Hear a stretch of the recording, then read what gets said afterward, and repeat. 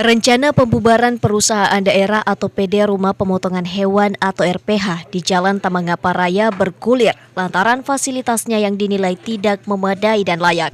Terlebih kontribusinya beberapa tahun terakhir dalam menyetorkan dividen ke pemerintah Kota Makassar nihil.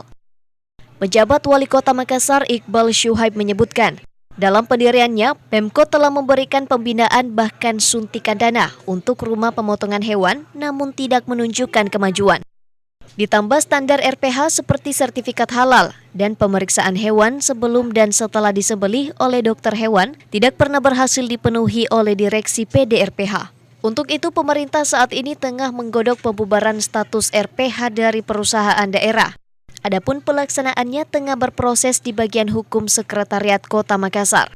Sementara status RPH pasca pembubaran saat ini belum dipastikan. Apakah akan beralih menjadi unit pelaksana teknis daerah atau UPTD? Yang pasti rumah pemotongan hewan akan direvitalisasi untuk RPH yang lebih layak. Itu bisa saja dalam bentuk UPTD, bisa saja dalam bentuk tidak harus UPTD. Ya, tergantung aja itu. Saya rasa itu. Intinya adalah kita ingin meningkatkan kualitasnya sesuai dengan standar. Namun itu terhalang oleh status itu aja.